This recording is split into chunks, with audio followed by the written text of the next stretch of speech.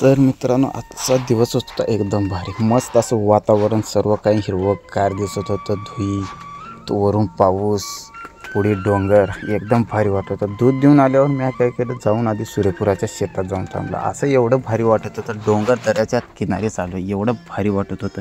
असे सूर्यपुराची फुलं मस्त दिसत होते.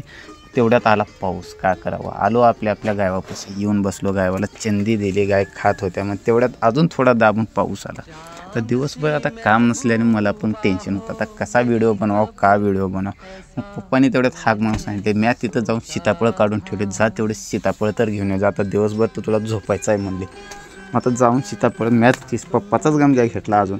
मग जाऊन पप्पाच्या गमजामध्ये सीताफळ बांधली आणि टाकलं आपल्या खांद्यावर आणि निघालो मी आपल्या घरला. सीताफळ पण खांद्यावर बसायला तयारच नव्हते, इकडून तिकडे वळवळच करत होते. आता काय आपल्याला कामच नव्हतं, निघालो घरला मी.